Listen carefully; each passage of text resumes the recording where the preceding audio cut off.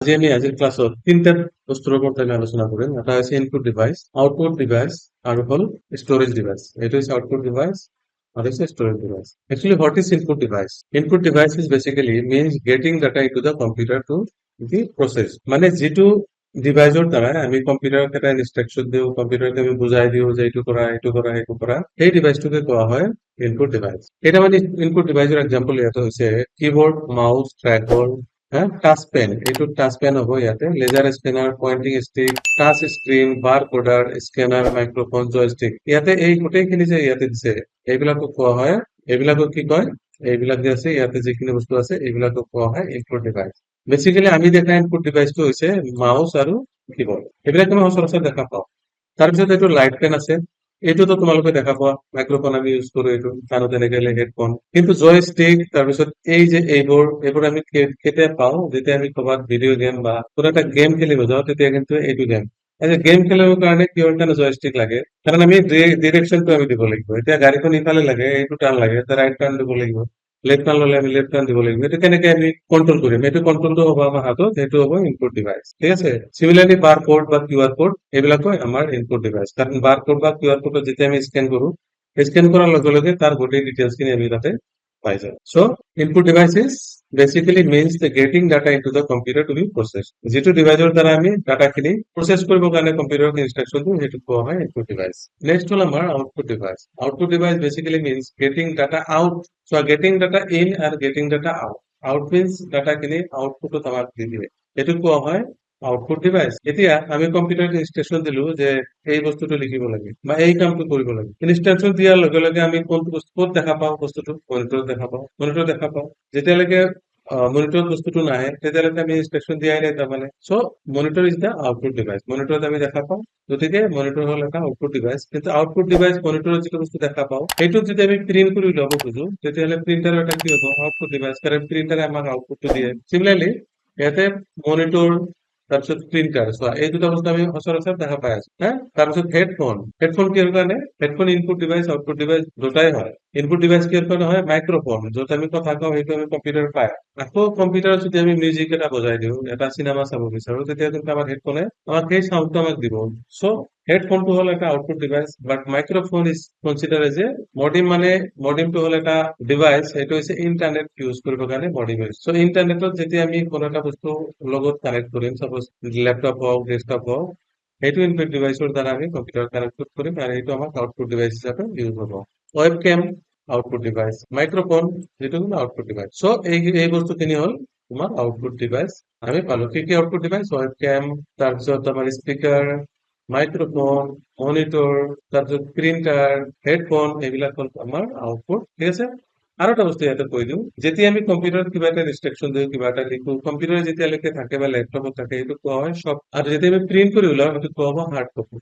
Suppose এটা তোমাক biodata বনাব দিয়া হ'ল, তোমাক মই ক'লো যে তোমাৰ বায়'ডাটাখিনি চফ্ট কপি মোক দি দিবা। চফ্ট কপি মিনছ কি, তুমি হোৱাটছএপত পিডিএফ কপি বনাই দিবা, নাইবা কিবা এটা কৰি মোক ইমেইলৰ দ্বাৰা পিডিএফ কপিটো পঠিয়াই দিবা, নাইবা ৱৰ্ডৰ ফাইলটো পঠিয়াই দিবা। That is called the soft copy. আৰু যেতিয়াই তুমি এইটো প্ৰিন্ট কৰি মোক ওলাই দি দিবা হেণ্ড টু হেণ্ড, তেতিয়া হ'ব এইটো হাৰ্ড। নেক্সট আহিল আমাৰ storage. Storage device are both input and output device. Input device to our both input and output device. Device is one. A storage device is a place to keep a data that has been placed, processed, so that it can be retrieved at a large time to be used again. Suppose তোমাকে একটা document বানাবো দেওয়া হল বা কোনো একটা আমি project বানাবো দেওয়া হল, প্রজেক্ট খিনি তুমি ঘৰত কম্পিউটাৰত কৰিলা বা আমাৰ ইয়াতে কৰিলে সেইটো তোমাৰ কলেজত নাইবা স্কুলত দেখাব লাগিব।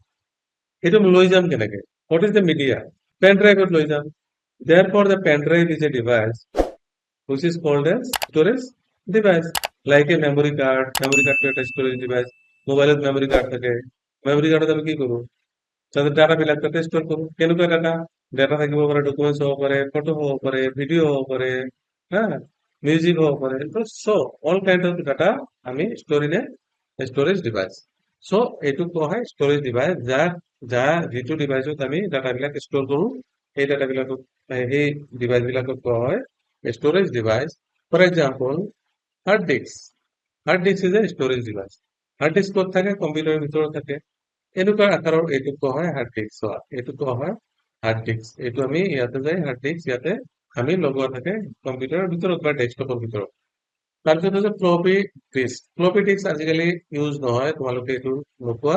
এইটো ফ্লপি ডিস্ক এইটো বহুত পুৰানা, আগৰ সময়ত এটা সময়ত আছিল। এইটো হৈছে মাত্ৰ 1.44 MB আছিল, 1.44 MB। চ' ইমান কম MB থকা ডাটা ডিভাইচ আজিকালি ইউজ নহয়। চ' এইটো আজিকালি ইউজ হোৱা নাই, এইটো আউটডেটেড হৈ গৈছে। CD আৰু DVD তোমালোকে দেখা পাইছিলা নে নাই নাজানো। CD আৰু DVD এনেকুৱা CD আছিল। আমি আগত যেতিয়া কিবা ভিডিঅ' চাইছো বা কিবা মিউজিক চাব বিচাৰিছো, তেতিয়াহ'লে CD বজাৰৰ পৰা লৈ আহিছো, নাইবা একেবাৰে কিনি লৈ আহিছো।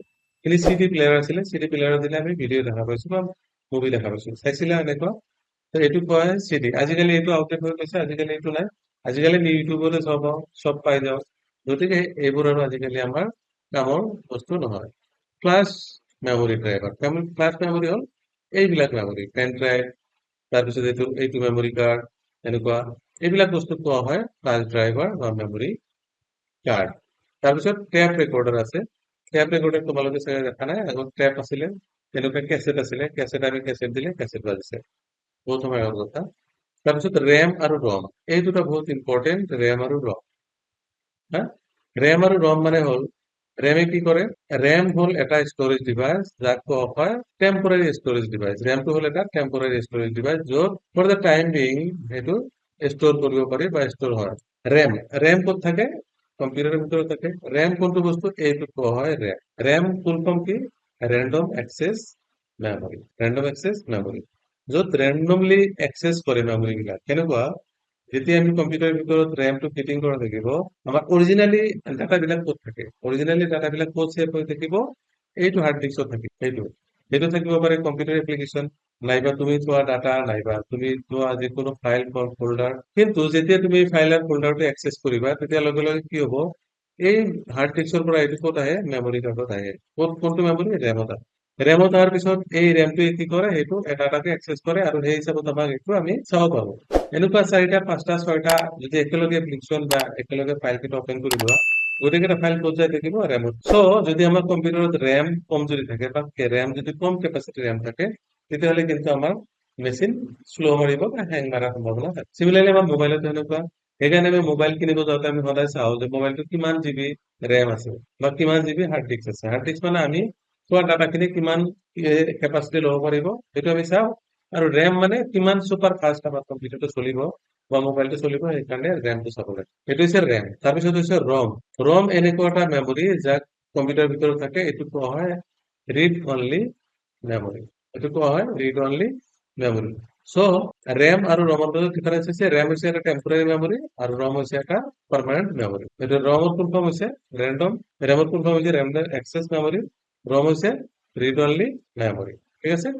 এইবিলাক হৈছে এক্সাম্পল অফ ষ্ট'ৰেজ ডিভাইচ। আমি কি শিকিলো আজি? Hard disk, floppy disk, CD, magnetic tape, flash drive, pen drive, and RAM or ROM. These are all the storage device. Similarly, আমি শিকিলো যে আউটপুট ডিভাইচ কাক কোৱা হয়? Monitor, printer, speaker, headphone, modems, and webcam. আৰু লগতে input device হৈছে keyboard, mouse আৰু ট্ৰেকবল, টাচপেন, পইণ্টিং ষ্টেক, এইবোৰ barcode reader, scanner, microphone, joystick. These all are the input. বুজি পালা? তো এইবোৰ আছিলে তোমাৰ ইনপুট ডিভাইচ, আউটপুট ডিভাইচ আৰু ষ্ট'ৰেজ